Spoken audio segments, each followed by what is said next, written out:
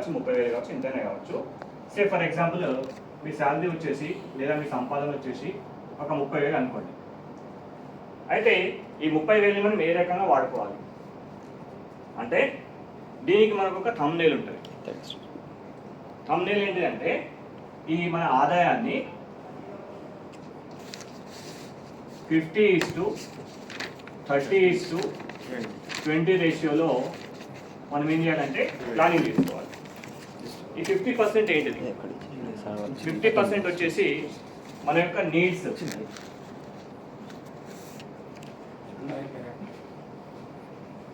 మన యొక్క నీడ్స్, 30% వచ్చేసి మన యొక్క వాంట్స్, 20% వచ్చేసి మన యొక్క ఫ్యూచర్ ఫండ్ అనుకోండి, లేదా సేవింగ్స్ అనుకోండి, లేదా ఇన్వెస్ట్మెంట్ అనుకోండి. సరే, నీడ్స్ ఏంటి? నీడ్స్ వచ్చేసి ఆ విషయాలు ఏవైతే ఖచ్చితంగా మనము చేయాల్సిన ఖర్చులు అన్నమాట. తెలుగులో చెప్పాలంటే అవసరాలు అంటాం. ఈ అవసరాలలో మనకి ఏమేమి ఉంటాయి?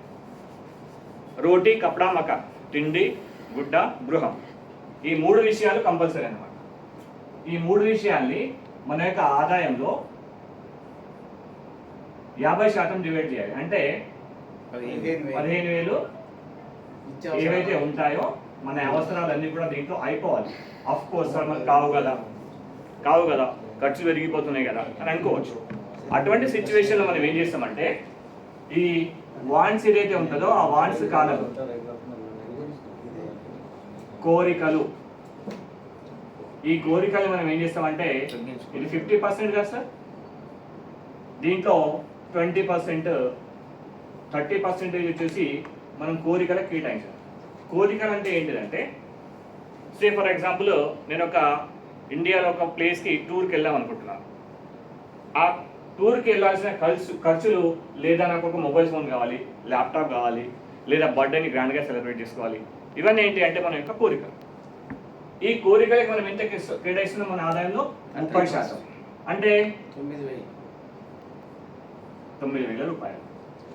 దీంట్లో మన కోరికల్ని కేటాయించాలి. ఫర్ ఎగ్జాంపుల్ నాకు ఒక 50,000 ఫోన్ కావాలి. 50,000 ఫోన్ కావాలంటే ఎట్ ఏ టైం నేను కొనలేదు. అప్పుడు ఏం చేస్తానంటే అట్లీస్ట్ 6 months కోసమైనా వెయిట్ చేస్తా, లేదంటే ఎక్కడైనా 0 cost ఈఎంఐ ఉంటే అప్పుడు కూడా నేను ఎంత 6 months 5 monthsలో అయిపోతుంది 45,000. 5 months కోసం నేను ఏం చేస్తాను అంటే 0 cost ఈఎంఐకి వెళ్ళి ఫోన్ని పర్చేస్ చేసుకుంటాను.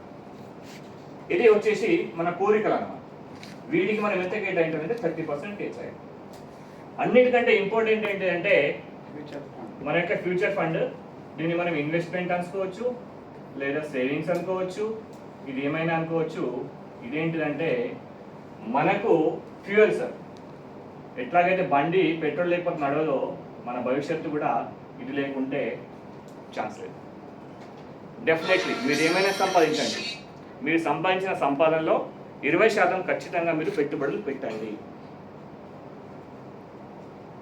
ఇది వచ్చేసి 6,000 అవుతుంది. మరి 6,000 ఏం చేయాలి? ఈ 6,000ని కూడా మనం ఏం చేయొచ్చు అంటే డైవర్సిఫికేషన్ చేయాలి. అంటే దీంట్లో మళ్ళీ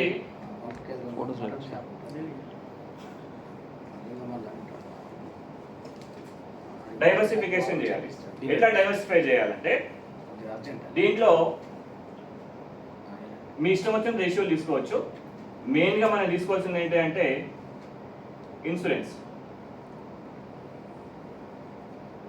దాంట్లో first life insurance, next health insurance. ఇవి కంపల్సరీ. దీని తర్వాత ఇక మీరు మిగిలిన డబ్బుల్ని కమోడిటీస్లో అంటే గోల్డ్లో పెడతారా,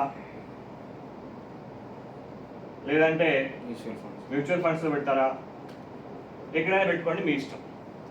డబ్బుల్ని మాత్రము ఏం చేయాలి? ఖచ్చితంగా వేరే వేరే బుట్టలలో పెట్టాలి. ఫస్ట్ మనం ఏం చేసుకుంటామంటే సేఫ్టీ చూసుకుందాం. బికాస్ ఇది లేకపోతే ఏది లేదు, ఇది లేకపోతే ఇది కూడా లేదు. హెల్త్ ఉన్నది అనుకోండి, హెల్త్ ఉంటే మీ ఉన్నటువంటి సేవింగ్స్ అన్నింటినీ కూడా అది ప్రొటెక్ట్ చేస్తుంది, వెల్త్ ఉంటుంది. అందుకే మనం ఏమంటాం అంటే హెల్త్ ఈజ్ వెల్త్ అనుకుందాం మనం.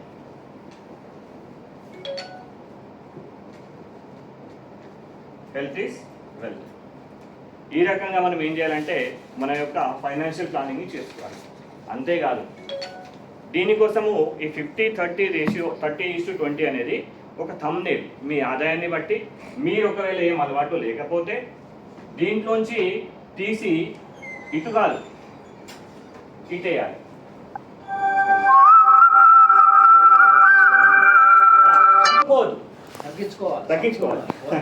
తగ్గించుకొని ఏదైతే డైవర్సిఫికేషన్ ఉందో ఫ్యూచర్ ఫండ్కు డైవర్ట్ చేయాలి, ట్రాన్స్ఫర్ చేస్తాం. అటువంటి కేసెస్లో మనం ఏమైతే అంటే ఎటువంటి ఇబ్బంది వచ్చినా కూడా మన ఫ్యామిలీకి హ్యాపీ ఉంటాము. ఇంకోటి ఏంటి అంటే నాకు ఈ పరిస్థితి వచ్చింది, ఎవరినైనా పోయి అడగాలి అనేటటువంటి పరిస్థితి మనకు రాదు. అందుకే మనకేమంటారంటే నోచిన తల్లిదండ్రికి తనుభవుడొక్కడు చాలు మేటి, చేయి చాచనివాడు వేరొకడు చాచిన లేదనకిచ్చేవాడు. అదేవిధంగా యుద్ధంలో మే దాచనివాడు దాశరథి కరుణాపయోనిధి అని అంటారు.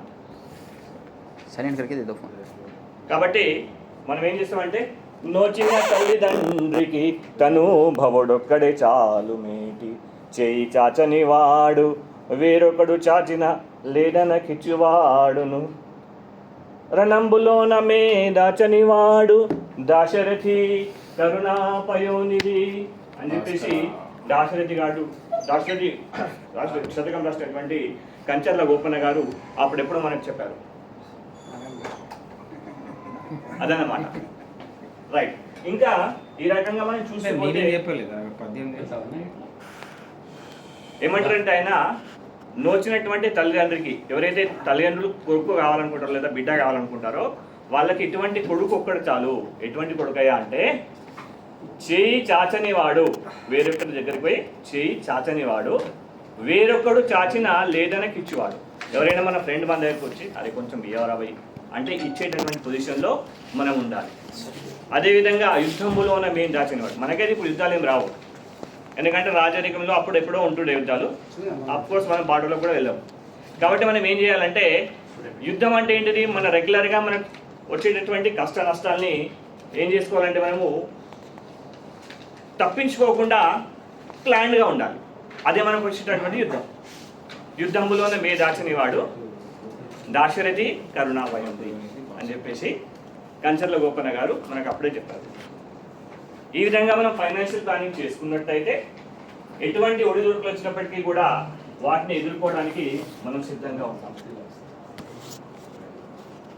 కాబట్టి ఈ ఫైనాన్షియల్ ప్లానింగ్ అనేది మనకు సేఫ్టీ నెట్ లాగా ఉపయోగపడుతుంది. మీరు ఆదాయం అనేది ఏ రకంగానైనా రానివ్వండి, వ్యాపారమా ఉద్యోగమా ఇంకేదైనా, ఈ ఫార్ములాని ఫాలో అయితే మనకి ఇబ్బంది అనేది ఉండదు. అప్పుడు విషయం అయితే